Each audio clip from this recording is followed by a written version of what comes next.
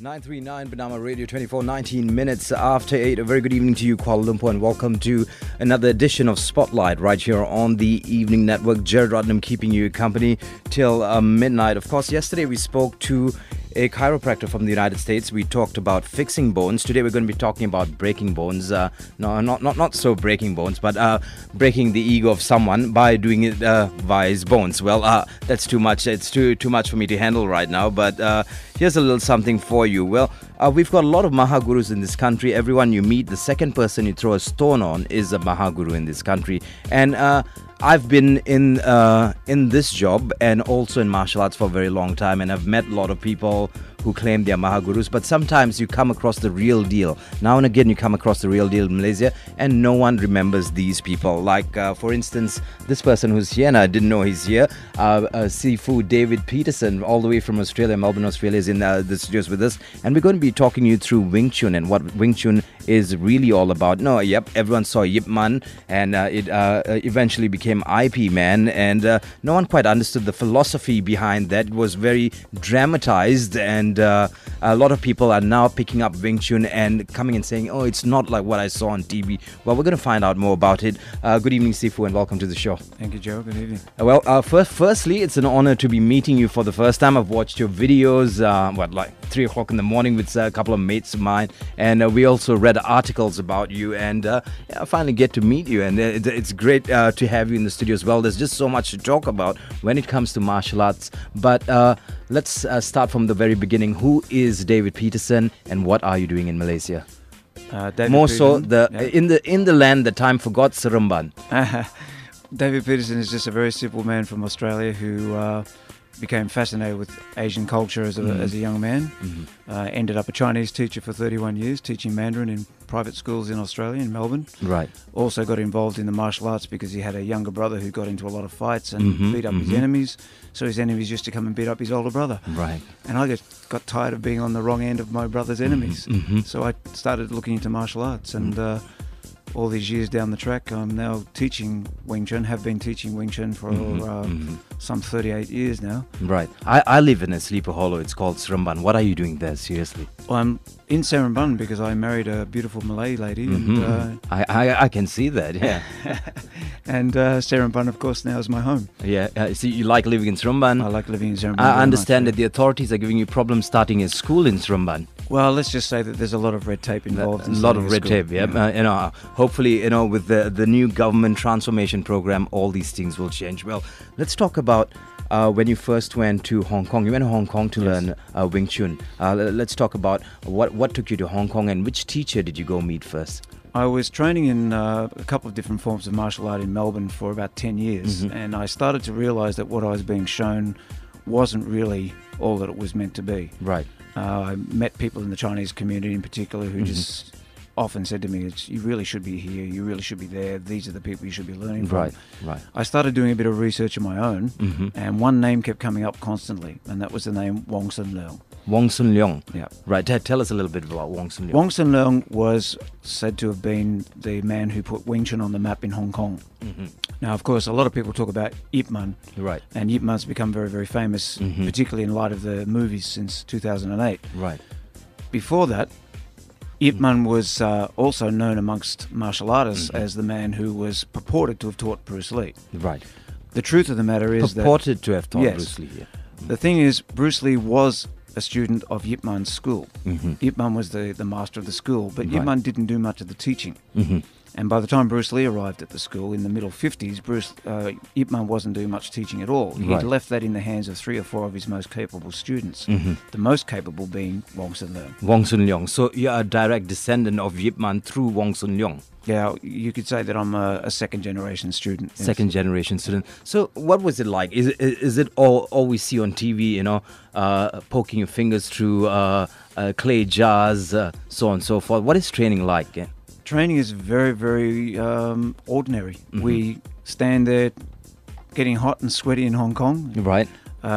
Training our forms, which are our basic patterns of movement that we learn the skills through, doing partner drills with various class members, hitting the wooden dummy when the time comes to learn that skill. Right. A lot of sweating, a lot of bruising, occasionally bleeding.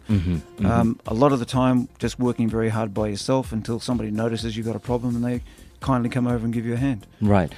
When I was watching one of your videos, you were talking a lot about that wooden dummy and how people misunderstand the teaching or the exercise that comes along with the wooden dummy. Everyone thinks it's for power and they hit it really hard, but you're saying it's not for that. Can you talk us through what this wooden dummy is about and how it helps you develop Wing Chun? Well, the Muk Yan Jong, or the wooden dummy, Muk Yan Jong. Muk Yan Jong, literal translation would be wooden man pile of wood. Wooden man pile of wood, right. The Muk Yan Jong's designed in the Wing Chun field, because in other Chinese martial arts there are also wooden dummies used. Right. Our wooden dummy is designed in a particular way so that it has arms at a certain angle, and there are 3 of them. The top 2 arms representing either the left or the right arm at different times. Right. So what looks like it's just a left arm can sometimes represent a right arm, and vice versa. It has an arm halfway down the trunk of the dummy that can represent hands or leg attacks, and it has one leg in front representing the forward leg of an advancing or retreating opponent. And the idea behind the wooden dummy is to teach you the concept of movement, timing, distancing, angling, and to a certain extent how to generate power without belting the hell out of the dummy. Too many people think it's literally about crashing your arms on the dummy to condition it. We don't want to condition our arms. What we want is to have techniques that are so subtle and so scientifically based that we can virtually slide right past our opponent's limbs and attacks in one motion. So all the people who just bang the dummy around and make a lot of noise and do it at 100 miles an hour are missing the point. They're missing the point. Well, we've got a real teacher in Malaysia now. If you want to find out about Wing Chun, I did ask a couple of people the other day about Wing Chun and who's the bee's knees in Kuala Lumpur. And apparently there's this guy in Klang Lama, some Sifu in Klang Lama that teaches there. And I don't know if you've heard of him, but we'll not delve into that. As soon, and this is how we are as a nation, as soon as I said that there's a David Peterson teaching in Malaysia and he's a Caucasian, he said, no, Kuala all don't know our art one, they don't know how to teach. So that's what I was told. But and I've gone around, visiting some martial arts schools, and guys who are in their mid 40s, early 40s, late 30s, they've all got a gut, that's about 5 inches in front of their faces, and they teach martial arts. So how's this equation work? Do you need to be fit to teach martial arts? I don't know that you have to be a super athlete, but you need to be at least in some kind of shape, because and you have to look inspiring. I think you have. When I walk into a school, I want the teacher to inspire me, and when I look at you, you inspire me. Dressed in black, with the flat top, that whole commando look, it inspires me. But that's lacking in this country. And I want you to be very honest with me. You've done some research since you've been here. How long has that been? Well, I've been coming backwards and forwards to Malaysia for 3 years while I was courting my darling wife. Right. I've now been here since February on a permanent basis. I call Malaysia my home. And what I've seen here is that there are some genuine people in the martial arts community here that are really trying hard to do the right thing. Right. But they're overshadowed by 1 or 2 individuals who give themselves very grandiose titles, tell everyone that they're totally exclusive and the only people that you can go through to learn, to register, to be a part of a worldwide organisation. And in reality, those people have done very little training and are really standing on other people's reputations.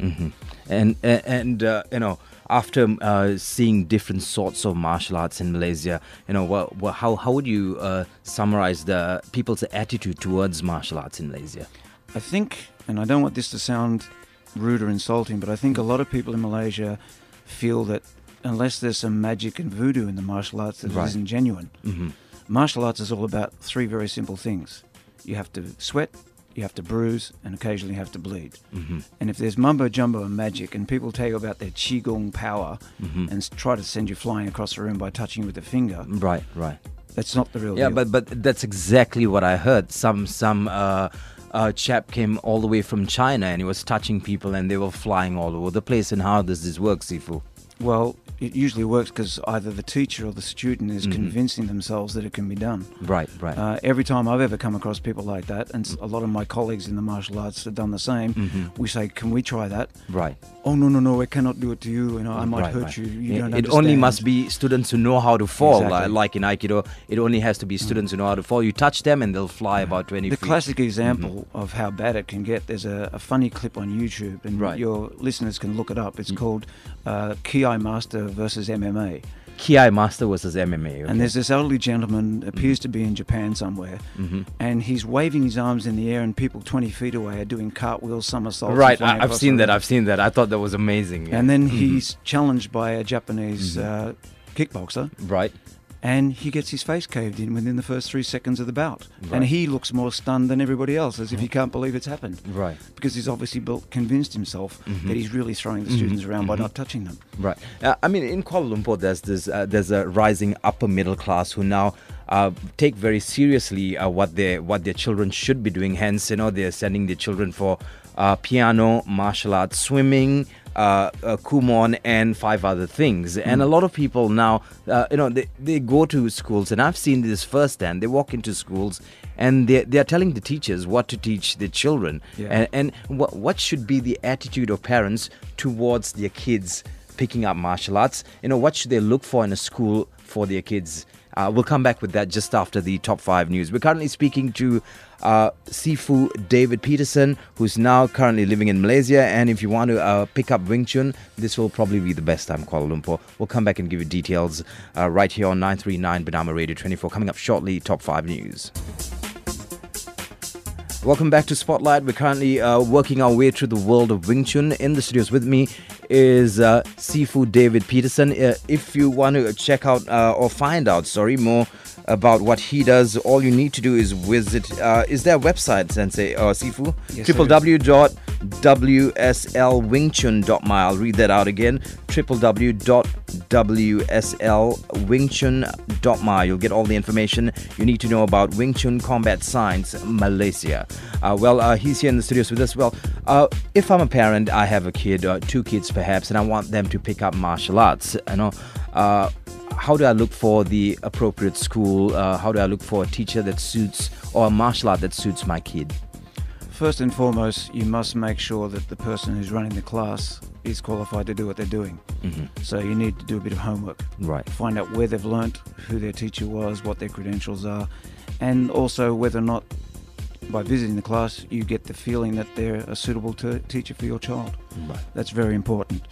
Then the second thing to consider is children really can't learn much about martial arts. They're children. Right. They're not grown up, they're not physically formed yet, they don't have the strength, the size, the coordination. So what they're going to mostly be doing is probably a little bit of exercise, a bit of gameplay, and maybe, hopefully, also being taught a little bit of awareness and common sense about how to deal with dangerous situations. Right. It won't be until they reach an age of probably about 14 or 15, when they're physically getting more mature and more coordinated, that they'll be able to concentrate and have the physical attributes that are necessary to learn real combat skills. Then the other thing, of course, is what system do you want them to learn? Right. There are martial arts and there are martial sports. That's a very important distinction. They all call themselves martial arts schools, but the larger proportion of what's being taught is more likely to work in a competition or as a form of demonstration or exercise or even meditation than it is in the real world of violence. Very few of the martial arts schools anywhere in the world are really teaching real combat skills. Right.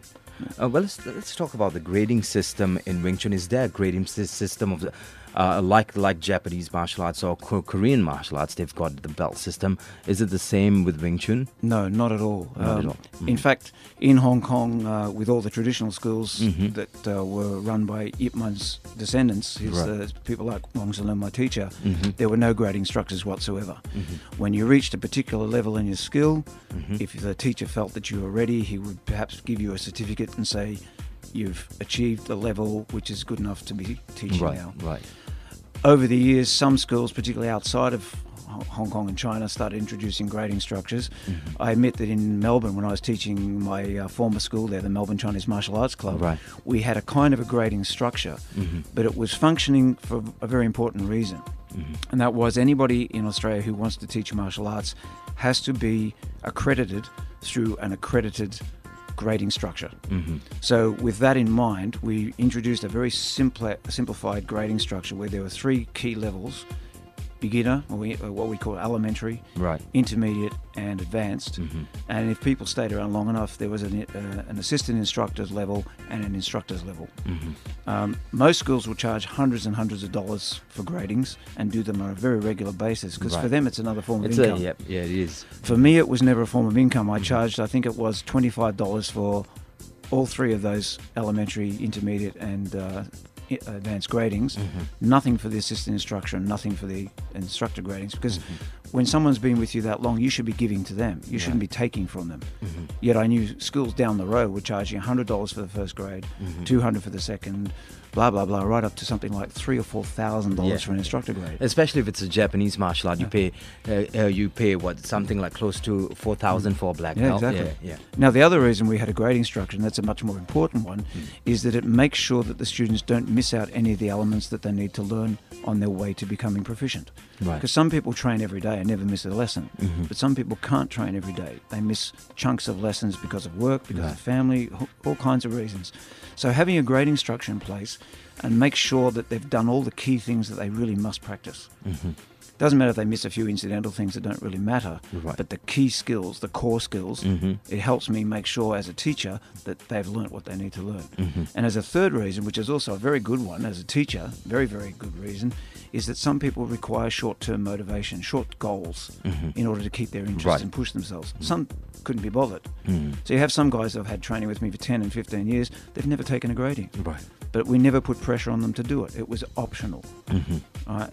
Now, here in Malaysia, I don't have plans to do any grading structure at this point in time, because the Asian mind looks at it differently. It's not something that people expect. It's something that's been introduced here by other schools, but I don't really think it's necessary. When I think a student's ready to be given some sort of, let's say, reward for their time, I'll be happy to let them know, and perhaps give them a shirt that's got a different coloured logo so that you can say, now you're a teacher, or a certificate or something like that, because I think that's enough. The sort of people that are coming to me aren't guys that want belts and badges and flags and all sorts of nonsense. They just want to train. So no one yet has asked me anything about grading, so I haven't even thought about it. How are the Chinese associations welcoming you to in this world of martial arts, seeing as to how there are many different schools in Kuala Lumpur and also in where you're coming from, Seremban? Well, I'm only slowly getting to know people in the martial arts here. I was actually able to go with my students to visit the big celebration they had a couple of weeks ago for the Jingwu Association in Kuala Lumpur, and I managed to meet some of the elderly teachers there, and they were very happy to meet me, and they're actually asking for my card and wanted to know. They said to me, we've heard that there was somebody here from overseas teaching Wing Chun, we've been waiting to meet you. So I was received very well there. I've heard down the grapevine that a couple of other people aren't so happy that I'm here, but that's probably because I believe I'm offering something that might actually expose them for not being teaching the genuine article. I can only surmise. I know, but what are the chances of people, not being happy that you're here, and they try to put on a whole Donnie Yen drama by coming to look for you, and do things like this still happen in the world of martial arts? Well, for those of us who fantasize about generally things like speaking, no, because in most parts of the world, everybody knows it's illegal to do things like that, and it's just not smart anyway. Plus, it's like McDonald's. There's enough street corners for everybody to have a hamburger store. There's enough people out there to buy the hamburgers, so you don't have to have a war over it. But I've, again, stories have come to me down the grapevine that some people are talking about, how dare he start a school, he shouldn't be teaching, he's a foreigner, blah, blah, blah. Well, good luck to them. I'll continue to teach. I'm not going around to anybody's school causing trouble, but if anybody comes to the school to cause trouble, that's a different story. Been there, done that, got the T-shirt. And coming back to training or picking up a martial art, for those of us working within the city, it's a busy, very hectic lifestyle within the city. Is Wing Chun something that I would want to pick up if I'm a busy man? And will I get hurt training? What will I gain from picking up Wing Chun, which is a form of a traditional martial art more than the normal sport stuff you get these days? Well, if you look at the most important thing to consider first, will you get hurt? There's a chance. You're practicing a combat art. Right. It's like saying, I want to learn to swim, but I really can't afford to get wet. Right. Well, you can't learn to swim. So there is some contact. It's mostly very much controlled contact. Accidents happen, but because we practice at a very close range, it's actually a lot easier to control. When you're standing back 3 or 4 feet, flicking arms and legs at each other, that's where the accidents really occur. So, yeah, there's a bit of physical contact. You might get the occasional bruise and bump. Right. But it's all for a good cause. You want to learn reality so that you can deal with reality. Time-wise, we hope that people can come at least once or twice a week. Right. But if you can't make it more than once a week, that's not a problem, so long as you can find some time in your spare time at home or in the office. 5 minutes here, 10 minutes there, just practicing the basic core things will also help you to improve. Right. Some years ago, we did read about women. There was an influx of women picking up Wing Chun because apparently it was suited to women. And can you explain to us how that works? Well, the legend of Wing Chun suggests that a couple of women actually invented it. My teacher never really believed the story, and we think it was just made up as a bit of a propaganda. We even think that Yip Man made up the story at one point because he was trying to make up something that sounded better than the true story. What I believe, and what my Sifu believed very much, was that probably more than one person was involved. It was probably something learnt over several generations, and at least some of those people would have probably been smaller people. Right. Because the mentality behind Wing Chun is not big man fighting, it's small man fighting. Right.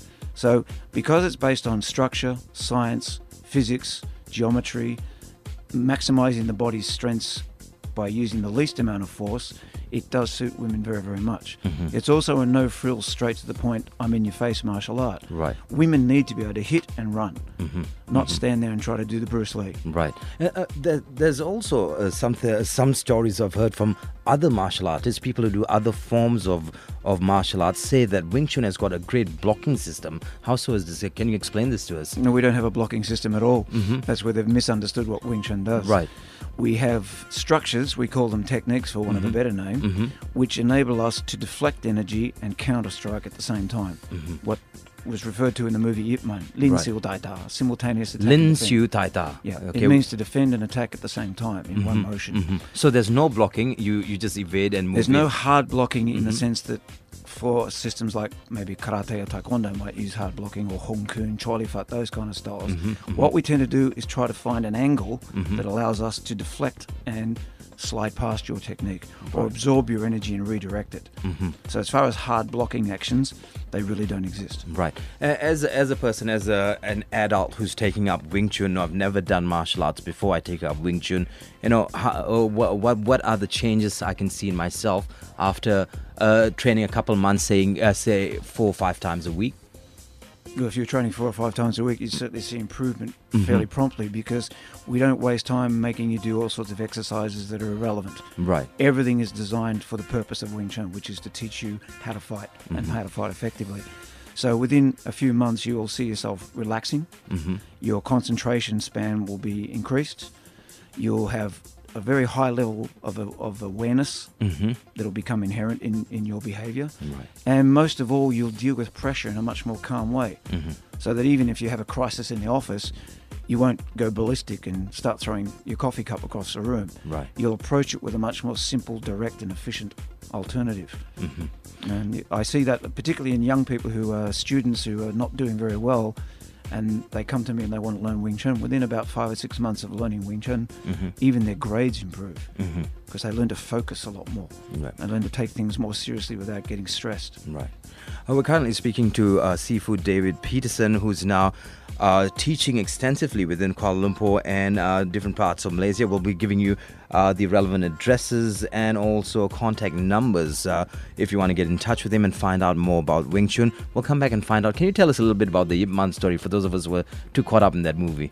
Absolutely. Yeah, we'll come back with that just after the Top 5 News. 939 Bernama Radio24. This is Tuesday's edition of the Evening Network Spotlight.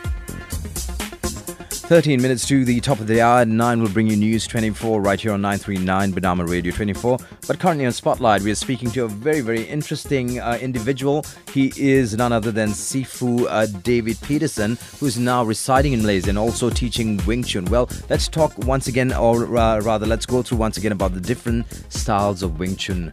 that's being taught in Malaysia and also in different parts of the world? Well, Wing Chun has a very long history, and from what we know, it is probably somewhere between 200 and 300 years old at least. 200 and 300 years old. 200 to 300 years old. The only part of the history that we're very, very sure of is the part that goes back to the middle 1800s. Right. There's a lot of research being done to try to find out more, but it's all leading to the idea that perhaps there was a southern Shaolin temple after all, as opposed to just the northern temple, which is the famous one, and that at some stage people who had in that temple were developing another form of fighting, and it eventually became known as Wing Chun. Right. But it splintered into several different groups, and what I teach is basically from the Yip Man lineage. That is the lineage that comes from Yip Man and his teacher Chun Malaysia and the famous teacher of the 1800s, Liang Jian, who lived in Peterson in China. There are other branches such as Hong Fai Wing Chun. There's in Malaysia, Fukkin Wing Chun. Fukkin Wing Chun, which means what? Yipkin Wing Chun, I beg your pardon. Apologies to my friends at the Yipkin Wing Chun school. Yipkin Wing Chun was a form of Wing Chun that was apparently brought here in the 1920s. I believe via perhaps Vietnam or elsewhere in a similar way. And it seems to be an amalgamation of other types of martial art and Wing Chun. Right. But I say that without a full knowledge of it, so I hope I'm not offending anybody. But when I look at it, I see remnants of techniques similar to the Hong Kong system, which I have experienced in the past. But it is quite rightly a Wing Chun system, and it has a long and very proud heritage.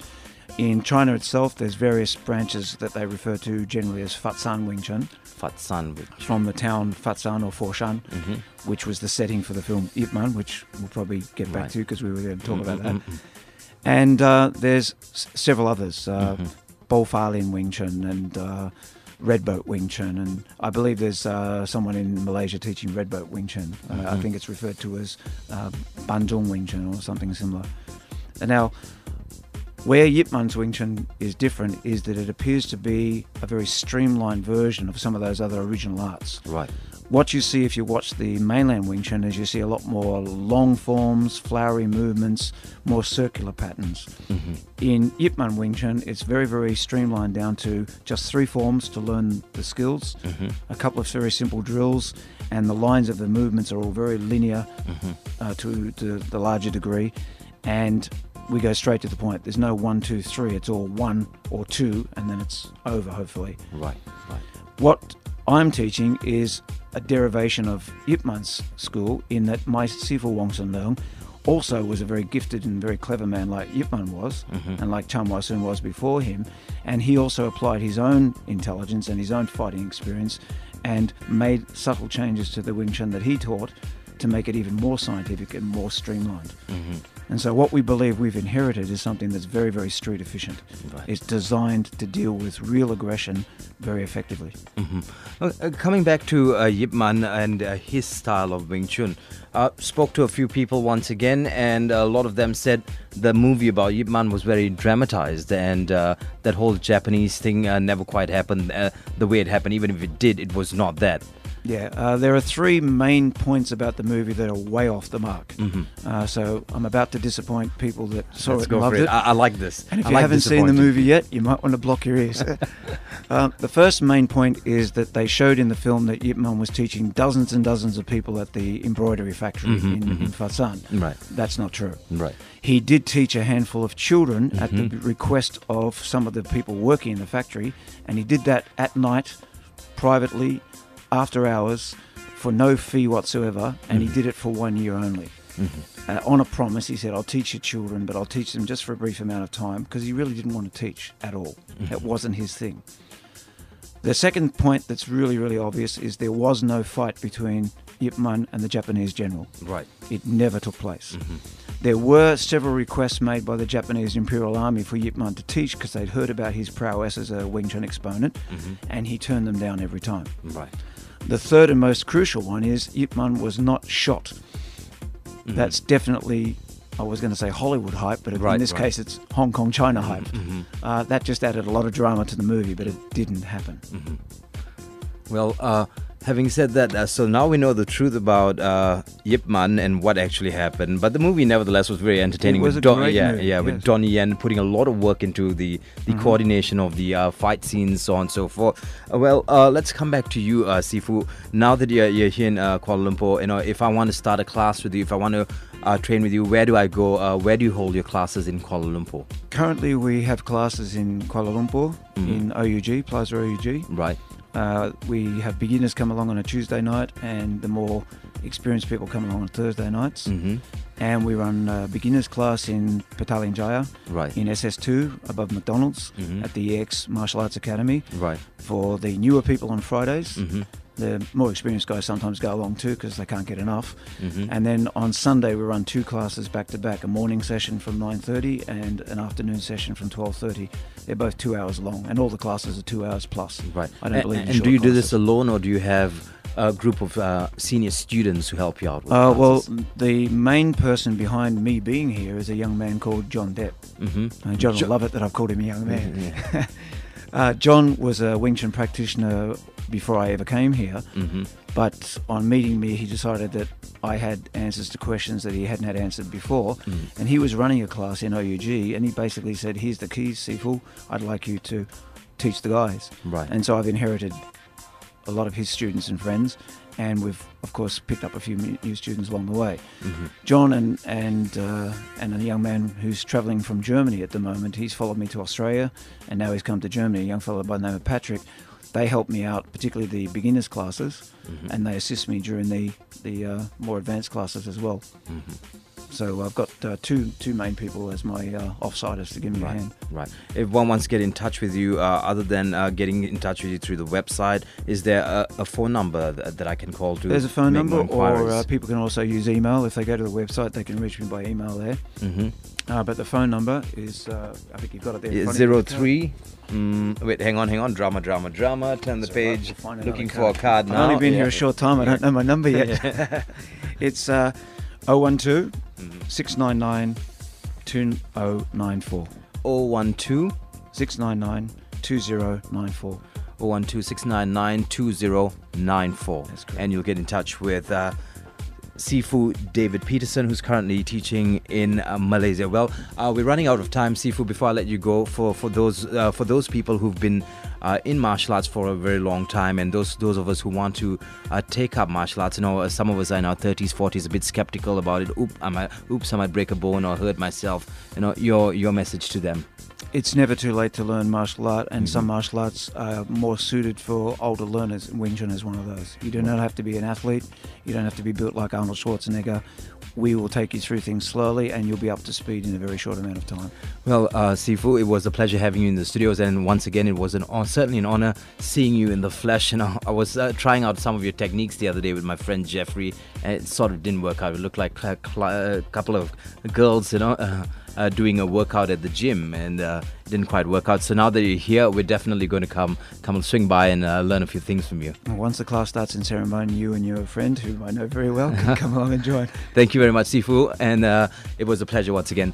Stay with us. Coming up shortly is the top 5 news, and of course there's going to be a wave of change in the martial arts world right here in Malaysia. If you want to be a part of that change, stay with us. I'm going to come back and give you some numbers and some website addresses that you can take a look at and make up your mind to do some exercise, because apparently the government's spending too much money sending us for heart operations and also paying for our insulin, because a lot of us suffer from diabetes, apparently, according to a new statistic. Stay with us. Coming up shortly is News 24. This is 939 Bernama Radio 24. The evening network will continue just after 9.